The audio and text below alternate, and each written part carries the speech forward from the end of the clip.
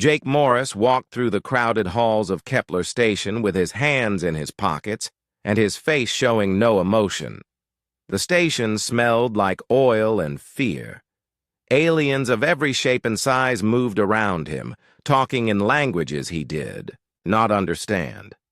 Some had too many arms, others had scales instead of skin, and a few floated in the air without touching the ground. Jake had been to many places in the galaxy, but this station always made his stomach turn. He wore expensive clothes that cost more than most people made in a year.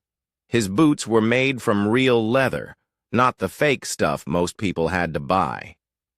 A gold chain hung around his neck, and his watch could buy a small ship. Everyone who looked at him saw a rich man who could afford anything he wanted. That was exactly what Jake needed them to think. The slave market was in the lowest level of the station, where the lights were dim and the air was thick. Jake had been here 3 times before, always pretending to be someone he was not. Each time. He had managed to buy humans who were being sold like animals. Each time he had set them free as soon as they were safe. Today would be his 4th rescue mission, but it felt different. The message he received said there was a woman here who had been fighting back against her captors. That kind of spirit was rare after months of being a slave. Jake reached the market and saw crowds of aliens standing around metal cages. Inside the cages were beings from dozens of different worlds. Some looked like giant insects, others like walking trees, and some like nothing Jake had ever seen before. But in the far corner, he saw what he was looking for. Humans. 5 of them sat in a cage that was too small for so many people. They all looked thin and tired, but one woman sat apart from the others. Her eyes were not looking at the ground, like the rest. She was watching the aliens who walked by, and Jake could see anger in her face. The woman had brown hair that was dirty and tangled. Her clothes were torn and old, but she sat up straight like she refused to give up. When an alien with purple skin and too many teeth got too close to the cage, she moved to the front and stared right at it until it walked away. Jake knew right away that this was Luna, the woman he had come to save. A loud voice started speaking in the alien language that most traders used. The auction was beginning. Jake moved closer and saw the auctioneer was a Zephyrian named Vextar. The creature was tall and thin with gray skin and black eyes that had no warmth in them. Vextar had sold more humans than any other trader in this part of the galaxy. Jake hated him more than he had ever hated anyone. The first human to be sold was an older man who could barely stand up. The bidding was not very high, and he was sold to a bug-like alien who wanted him to work in mines on a distant planet. The second was a young man who was bought by a floating creature that collected rare things. Jake watched and waited, his hands turning into fists when he saw how the humans were treated like objects. Then it was Luna's turn. Vexatar opened her cage and pulled her out with a metal chain around her neck. She did not fight, but she did not help either. She stood there and looked at the crowd like she was deciding which one of them she hated the most. Vextar started talking about her in the trade language, and Jake understood every word. This female is from the human colony world called New Montana, Vexatar said in his cold voice. She knows how to fix machines and build things. She has been trained to obey, but she still has spirit. Look at her eyes. She will make a good worker or an interesting pet for someone who likes a challenge. The bidding started low, but it went up fast. A red alien with 4 arms wanted her for factory work. A creature that looked like a giant fish wanted her for his collection of strange beings. Others joined in, each one thinking they knew what they would do with a human woman. Jake waited until the price got very high, Then he raised his hand. His first bid was so much money that the other aliens stopped, talking, and looked at him. Vextar's black eyes got wide when he heard the amount. The red alien tried to bid higher, but Jake doubled his offer. The fish creature made one more try, but Jake's next bid was so high that everyone else gave up. Vextar could not believe how much money Jake was offering. It was more than he usually made in a whole year. He looked at Jake with new respect and spoke to him directly. "You have excellent taste, sir. This human will serve you well. She is strong and smart, but she knows her place." Jake nodded and walked forward to pay. Luna watched him come closer, and he could see she was trying to figure out what kind of master he would be. Her eyes showed no fear, only the look of someone who was getting ready for whatever came next. When Jake got close enough, he could see that she had been hurt. There were marks on her arms where chains had been too tight, and a cut on her face that was still healing. The money transfer took only a few minutes. Jake now owned Luna according to the laws of this station and most of the galaxy. Vextar handed him the chain that was connected to the metal collar around her neck. "She has been difficult sometimes," the Zephyrian said with a cruel smile, "but I am sure someone with your experience can handle her." Jake took the chain and looked at Luna. For just a moment, their eyes met, and he tried to tell her without words that things were going to be different. She did not understand yet, but she would soon. "Come," he said in a voice that was neither kind nor cruel. "We are leaving." As they walked away from the market, Luna followed behind Jake like she had no choice. The other aliens watched them go, probably thinking about what the rich human would do with his new property. None of them could imagine that in a few hours, the chain would be gone and Luna would be free.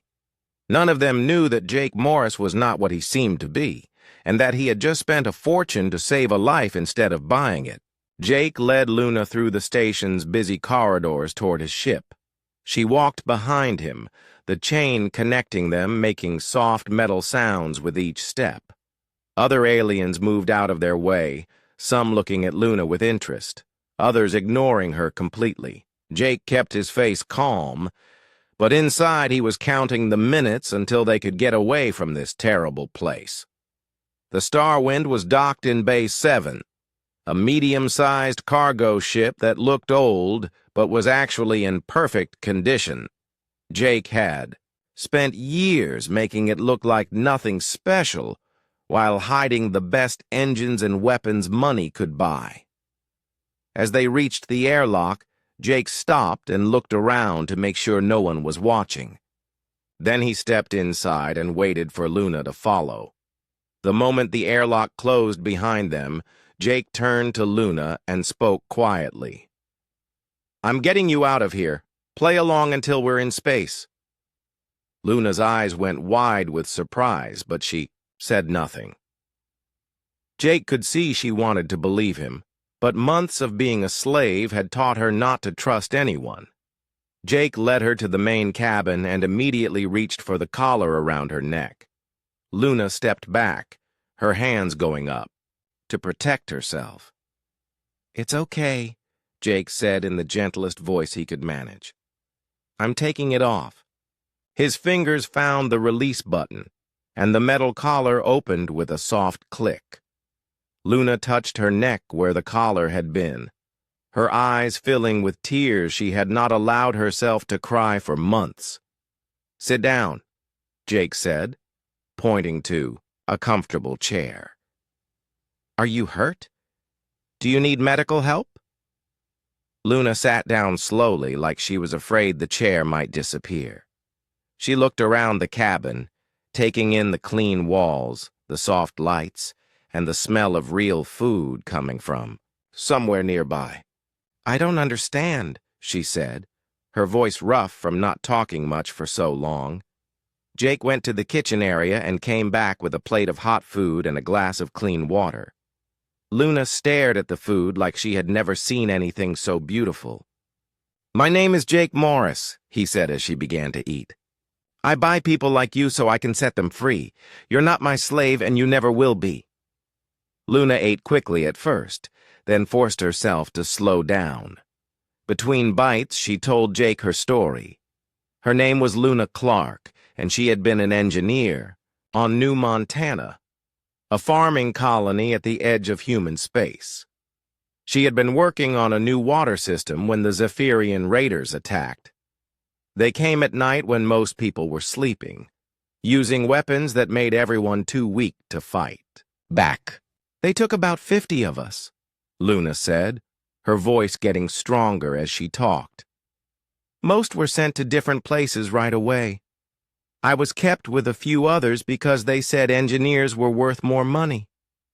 She looked down at her hands, which were covered with small scars from the work she had been forced to do. "They made us fix their ships and weapons. Anyone who worked too slowly was hurt or killed." Jake listened without interrupting, his anger growing with every word. He had heard stories like this before, but they never got easier to hear. "How long were you there?" he asked. 8 months, Luna said. "I tried to escape twice, but they caught me both times. The second time, they said they were going to sell me because I was too much trouble." She looked at Jake with curiosity in her eyes. "How many people have you saved?" "Including you, 43, Jake said. He stood up and walked to a cabinet, pulling out clean clothes and a medical kit. "There's a shower through that door, and these clothes should fit you.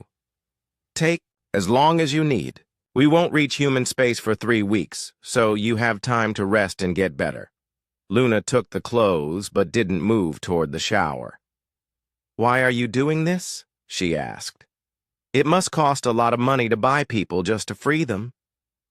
Jake was quiet for a moment, thinking about how to explain. "My sister was taken by slavers 5 years ago," he finally said. "I never found her, but I decided that if I couldn't save her, I would save as many others as I could. There are families all over human space who help pay for these rescues. Some are looking for their own missing people. Others just want to help." The next few days passed slowly as the star wind traveled through deep space. Luna spent most of the first day sleeping, her body finally able to rest without fear. When she woke up, she found that Jake had prepared more food and had laid out books and entertainment programs for her to use. He was careful to give her space, but was always nearby if she needed anything. On the 3rd day, Luna came to the bridge, where Jake was checking their course. "Can I help with anything?" she asked. "I'm good with machines, and I'm going crazy just sitting around." Jake showed her the engine diagnostics, and Luna's eyes lit up when she saw the advanced systems. "This is incredible," she said, running her fingers over the control panel. "These engines are at least 10 years ahead of anything we had on New Montana." Within an hour, she had found 3 small problems and fixed them all. Working together gave them a chance to talk more. Luna told Jake about her life before the raiders came, how she had loved her job and had been planning to marry a man named Peter who worked at the colony's communications center. "I don't know if he's alive," she said quietly. "I don't know if any of them are alive." Jake told her about his work with the underground network that helped rescued humans. There were safe places throughout human space where people could start new lives and counselors who understood what they had been through. "It's not easy," he said. "Some people never fully recover from what happened to them, but most do, given time and help." As the days passed, Luna began to smile more often. She helped Jake with ship maintenance and learned how to use the communication system. They played card games in the evenings and watched old movies from Earth. Slowly, the frightened woman who had been pulled from the slave market began to disappear, replaced by someone who was remembering what it felt like to be human again. On their 15th day together, the ship's alarms went off. Jake ran to the bridge and saw 3 Zephyrian patrol ships approaching fast. "Get to the storage room and hide," he told Luna. "If they board the ship, you have to pretend to be my slave." Again. Luna's face went pale, but she nodded. Jake gave her the collar, and she put it back on with shaking hands. "I won't let them take you," Jake promised, "no matter what happens." The Zephyrian ships surrounded the Starwind and demanded to board for inspection. Jake had no choice but to let them. 3 gray-skinned aliens came aboard, led by an officer who looked at everything with suspicious eyes. They searched the ship and found Luna in the storage room, sitting on the floor with the chain in Jake's hand. "Papers," the officer demanded. Jake showed him forged documents that said Luna was his legal property, bought at Kepler Station. The officer looked at the papers, then at Luna, then back at Jake. "She looks healthy," he said. "Most humans lose weight quickly when they are owned by other species."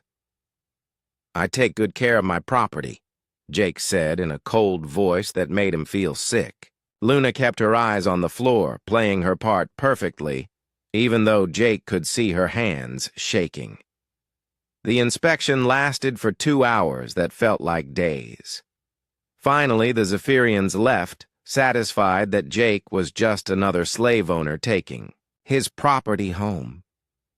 The moment their ships were gone, Jake removed Luna's collar again and held her while she cried from the stress and fear. "It's over," he said. "We're almost home." The planet Haven looked like a blue and green jewel floating in space. Luna pressed her face against the ship's window, watching as they got closer to the world that would be her new home. Jake stood beside her, pointing out the cities and farms that covered the surface. "It's beautiful," Luna whispered, tears running down her face. She had not seen a natural world in almost 9 months. Haven Colony was different from other human settlements. It had been built specifically for people who had escaped from slavery or other terrible situations. The government provided homes, jobs, and medical care for anyone who needed help starting over. Most important of all, it was protected by the best defenses human technology could build. No slave ships would ever reach this world. Jake's ship landed at a small spaceport surrounded by gardens and trees. Luna could smell flowers in the air, something she had almost forgotten existed. A woman named Carol met them at the landing pad. She was in her 50s with kind eyes and a gentle smile. "Welcome home, Luna," she said, and Luna started crying again because no one had called anywhere home for her in so long. Carol ran the refugee center where new arrivals stayed while they decided what to do with their lives. The building was comfortable and warm, with big windows that let in plenty of sunlight. Luna was given her own room with a real bed, clean sheets, and a bathroom that was just for her. That first night, she took 3 showers because she could not believe she was allowed to use as much hot water as she wanted. Jake visited her every day during her first week on Haven. He brought books, helped her fill out forms for citizenship, and answered her questions about how life worked in this new place. Luna was grateful for his help, but she also found herself looking forward to his visits for reasons that had nothing to do with paperwork. He made her laugh, and when she had bad dreams about being back in the slave market, talking to him made the fear go away. The nightmares came often in those first weeks. Luna would wake up thinking she was still in a cage, or that Zephyrian guards were coming to hurt her. Sometimes she could not sleep at all, and she would sit by her window looking at the stars and trying to remember that she was safe. The counselors at the center said this was normal, that her mind needed time to accept that the danger was really over. Dr. Helen Martinez was Luna's counselor, a woman who had once been a prisoner herself on a world far from Earth. She understood what Luna was going through better than anyone else could. "Healing takes time," she told Luna during one of their sessions. "Your body is free, but your mind is still learning to believe it. That's okay. We'll work on it together." Luna began taking classes to catch up on the technology she had missed while she was gone. Human science had moved forward during the months she was away, and she wanted to understand the new developments. She also started working part-time at the colony's engineering center, helping design better water systems for the growing population. Having work to do made her feel useful again, like she was more than just a victim of what had happened to her. Jake stayed on Haven longer than he usually did between rescue missions. He told himself it was because Luna needed extra help, but the truth was that he enjoyed spending time with her. She was smart and funny, and she understood the dangers of the galaxy better than most people. When she smiled, which happened more often as the weeks passed, Jake felt something in his chest that had been cold for years begin to warm up. 3 months after arriving on Haven, Luna and Jake were walking through the colony's Central Park when she stopped suddenly. "I need to tell you something," she said, her voice serious. Jake felt worried, thinking she might be having problems he didn't know about. Instead, Luna took his hand and looked into his eyes. "I think I'm falling in love with you. Jake was quiet for so long that Luna started to think she had made a mistake. Then he smiled, the first real smile she had seen from him since they met. "I was hoping you would say that," he said, "because I fell in love with you weeks ago." They kissed under a tree that was covered with white flowers, and Luna felt like her heart was finally learning to trust again. Their relationship grew slowly and carefully. Both of them had been hurt by life, and they knew that love was something precious that needed to be protected. Jake told Luna about his sister and the guilt he carried about not being able to save her. Luna told Jake about Peter and the other people from New Montana, and how sometimes she felt guilty for being happy when she didn't know if they were alive or dead. Jake's rescue work continued, but now Luna went with him on some of the missions. She had trained with the colony's security team and learned how to fight and use weapons. More importantly, she understood how slave markets worked and could spot things that Jake might miss. Together, they saved 12 more people in the next 6 months. On a warm evening, exactly 1 year after Luna arrived on Haven, Jake took her to the top of a hill that overlooked the entire colony. The sun was setting, painting the sky in colors of orange and pink. Jake got down on one knee and pulled out a simple ring made from metal taken from the collar she had worn on Kepler Station. "Luna Clark," he said. "Will you marry me?" Luna said yes before he finished asking the question.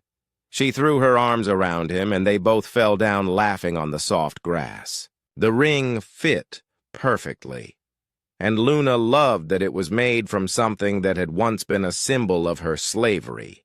Now it would be a symbol of her freedom and love. Their wedding was small but perfect. Carol officiated the ceremony, and dozens of other rescued humans came to celebrate with them. Dr. Martinez gave a speech about how love could grow even in the darkest places. Luna wore a simple white dress that she had made herself, and Jake wore the only suit he owned that didn't make. Him looked like a slave trader. The most important moment came when they exchanged vows. Luna spoke first, her voice clear and strong. "Jake, you gave me back my life, my freedom, and my hope. But more than that, you showed me that I could trust again, that I could love again. I promise to stand with you, to work with you, and to love you for the rest of my life." Jake's voice shook a little when it was his turn. "Luna, you taught me that saving people isn't just about getting them away from danger. It's about helping them remember who they really are. You are the strongest, smartest, most beautiful person I have ever known. I promise to love you, protect you, and be worthy of the gift you have given me by choosing to be my wife." After the ceremony, there was dancing and music and food that tasted better than anything Luna had eaten since she was a child. But the best part was seeing Jake laugh and smile without the weight of sadness he usually carried. For one night, he was not thinking about all the people he couldn't save. He was just a man celebrating the best day of his life with the woman he loved. Luna and Jake moved into a house on the edge of the colony, where they could see both the city lights and the stars. Luna set up a workshop where she designed new equipment for rescue missions. Jake planned routes and gathered information about slave markets throughout the galaxy. But every evening, they put their work aside and just enjoyed being together. 6 months after their wedding, Luna told Jake she was ready to go back out into space with him. "I want to save more people," she said. "And I want to do it as your partner, not just as someone you're trying to protect." Jake knew she was right. Luna had become one of the best rescuers in the network, and her engineering skills had already saved lives. Together, they were stronger than either of them could be alone. Their love had started in the worst possible place, surrounded by cruelty and fear. But it had grown into something that gave them both the strength to face whatever dangers lay ahead. They were no longer just a man trying to save his sister and a woman trying to forget her past. They were a team, a family, and a force for good in a galaxy that needed more of both. 2 years after their wedding, Jake and Luna stood on the observation deck of Centauri Prime Station, watching ships from dozens of different worlds arrive for the Galactic Trade Conference.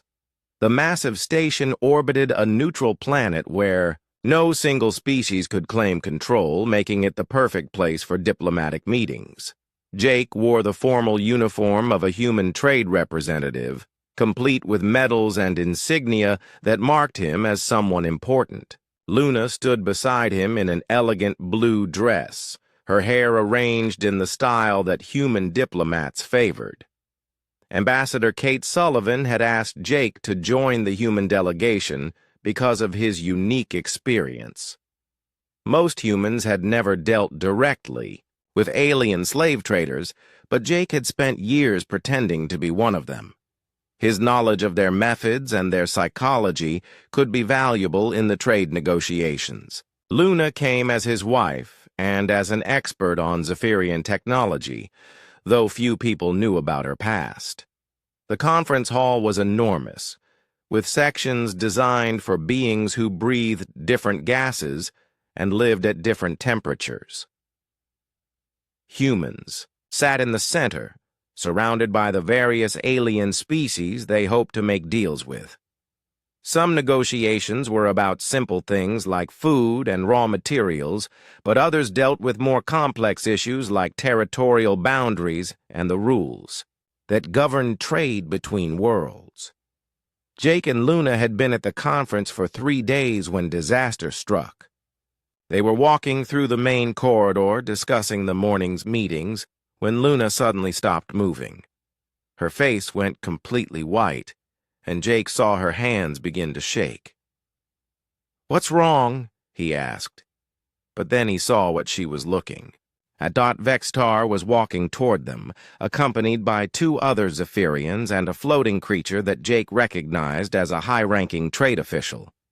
The gray-skinned alien looked exactly the same as he had 2 years ago at Kepler Station, with the same cold black eyes and cruel smile. He was wearing expensive robes that marked him as part of the Zephyrian Empire's official delegation. Jake put his arm around Luna's shoulders and felt her trembling. "Breathe," he whispered. "Remember who you are now. Remember that you're safe." Luna nodded, but could not take her eyes off the alien who had sold her like a piece of property. Vexitar noticed them, and his eyes went wide with recognition. He said something to his companions in the Zephyrian language, then walked directly toward Jake and Luna. The floating creature followed him, its tentacles moving in patterns that Jake knew meant it was excited about something. "Well, well," Vexitar said in the trade language that most species used for business. "If it isn't my old customer. I remember you, human. You paid a very high price for that female 2 years ago." His black eyes looked Luna up and down like she was still for sale. "She appears to be in excellent condition. You have taken good care of your property."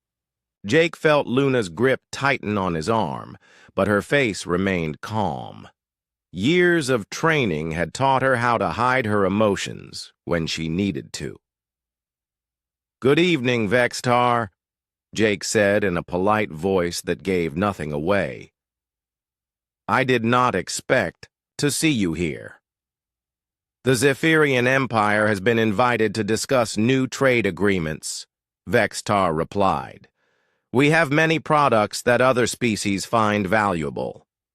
He gestured toward Luna with one of his long, thin fingers. "Perhaps you would be interested in trading this one for something newer? I have recently acquired some very interesting specimens from the Outer Rim colonies." The floating creature made a sound that might have been laughter. "Humans are so amusing," it said in a voice like bubbles popping. "They become so attached to their possessions. This female must have served you well to keep her for so long." Jake could feel Luna's anger, even though she was not showing it on her face. He knew she wanted to tell these creatures exactly what she thought of them, but this was not the time or place. "Actually," Jake said with a smile that looked friendly but felt like ice, "I should introduce you properly. This is Luna Morris, my wife." The silence that followed was so complete that Jake could hear the air recycling systems humming in the walls. Vexitar's mouth opened and closed several times, without any sound coming out.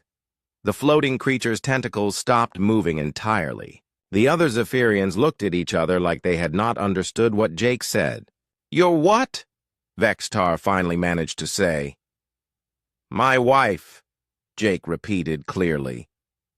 "We were married on Haven Colony 18 months ago. Luna is also a certified engineer and a valued member of the human diplomatic team." Luna stepped forward and spoke, for the first time since seeing her former captor. Her voice was steady and calm, with no trace of fear. "Hello, Vexitar," she said in perfect Zephyrian, using the formal greeting that showed she understood their culture. "I hope your journey to this conference was not too difficult." Vexitar stumbled backward like he had been hit. The idea that a former slave could speak his language with proper grammar and formal politeness was clearly beyond his understanding. "This is impossible," he said, switching to Zephyrian himself. "Humans do not marry their property. Property cannot learn our language. Property cannot stand in the presence of its betters without permission." Luna smiled, and Jake was proud to see that it was not a frightened smile or an angry one. It was the smile of someone who knew exactly who she was and was not ashamed of it. "I am no longer your property, Vexitar," she said, still using Zephyrian. "I have not been property for a very long time. I am a free citizen of the human colonies, a licensed engineer, and the wife of a man I love. You have no power over me anymore." The other aliens in the corridor had stopped to watch the confrontation. Some of them looked confused, others seemed interested, and a few appeared to be enjoying the show. Jake noticed that several human diplomats had gathered nearby, including Ambassador Sullivan herself. Vexitar's confusion was quickly turning into anger. "You are making a mockery of proper order," he said to Jake, his voice rising. "Slaves do not become wives. Property does not speak to its betters as equals. You have allowed this female to forget her place, and that reflects poorly on your abilities. As a master—" "I am not her master," Jake said firmly. "I am her husband and her partner. She is my equal in every way, and she has chosen to be with me freely." The floating creature made more bubble sounds that were definitely laughter now. "How entertaining," it said. "The human has developed emotional attachment to his purchase. This is why most species prefer not to keep the same property for extended periods." Luna looked directly at the floating creature, and when she spoke, her voice carried the authority of someone who had earned the right to be heard. "I was never his property," she said in the trade language so everyone could understand. "Jake, Morris saved me from illegal captivity. He is a hero who has rescued dozens of beings from slavery throughout the galaxy, and I am not an object that can be owned, traded, or disposed of. I am a person with rights, intelligence, and dignity." Vextar made a sound that was part hiss and part growl. "Rights are given by those with power to those without," he said. "Intelligence in property is useful but does not change what the property is. Dignity is a luxury that slaves cannot afford." "Then it is fortunate that I am not a slave," Luna replied calmly. The confrontation was attracting more attention by the minute. Jake could see that this was quickly becoming a diplomatic incident. Ambassador Sullivan was making her way through. The crowd and several alien officials were moving closer to hear what was being said. Jake knew that whatever happened in the next few minutes could affect the entire conference. Vextar seemed to realize the same thing. He straightened his robes and tried to regain his composure. "Perhaps we should discuss this matter privately," he said to Jake. "I am prepared to make you a very generous offer for the return of my former property. The female was taken from Zephyrian custody through legal purchase, but Zephyrian law does not recognize human marriage contracts. She remains Zephyrian property under our legal system." Jake felt Luna tense beside him, but her face remained calm. This was the moment they had both known might come someday. Vextar was not just insulting them now, he was making a legal challenge that could have serious consequences. Under human law and the laws of most civilized worlds, Jake said carefully, slavery is illegal, and all sentient beings have the right to freedom and self-determination. Luna was a victim of kidnapping and illegal imprisonment. Her rescue was a humanitarian act, not a purchase. "The Zephyrian Empire does not recognize human law," Vextar said with his cruel smile returning. "And this station operates under neutral law, which recognizes the legal systems of all member species. I demand the return of my property." Ambassador Sullivan finally reached them, her face showing the calm professionalism that had made her one of humanity's best diplomats. "Gentlemen, ladies," she said politely, "perhaps this discussion would be better suited for a formal legal review. I suggest we table this matter and return to the scheduled negotiations." But Vexitar was not finished. He looked at Luna with hatred in his black eyes and said something in Zephyrian that made her face go pale. Jake did not understand the words, but he could tell from Luna's reaction that they were meant to hurt her. Luna stood up straighter and replied in Zephyrian, her voice carrying across the corridor for everyone to hear. Whatever she said made Vextar. The words Luna spoke in Zephyrian echoed through the corridor like a challenge thrown down before an army. Jake did not understand what she had said, but he could see the effect it had on every Zephyrian in earshot. Vextar looked like someone had just told him his world was about to explode. The other gray-skinned aliens whispered among themselves in voices full of fear and anger. Ambassador Sullivan stepped forward, her diplomatic training taking over. "I think we need to move this discussion to a more appropriate setting," she said firmly.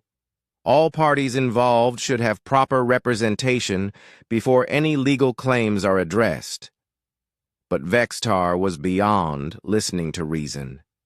His black eyes were fixed on Luna with a hatred that seemed to burn in the air between them. "You dare speak of the hidden roots," he snarled in Zephyrian. "You dare threaten the security of the Empire with knowledge that should have died with you." Luna's face remained calm, but Jake could see the fire in her eyes.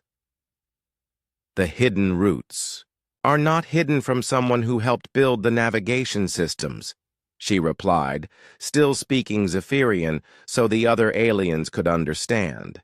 "The secret bases are not secret from someone who was forced to repair the equipment that supports them. The slave camps are not invisible to someone who was held in them for 8 months. A new voice cut through the tension. "What are these hidden roots?" The speaker was Administrator Krell, an insect-like being who served as the neutral moderator for the conference. His compound eyes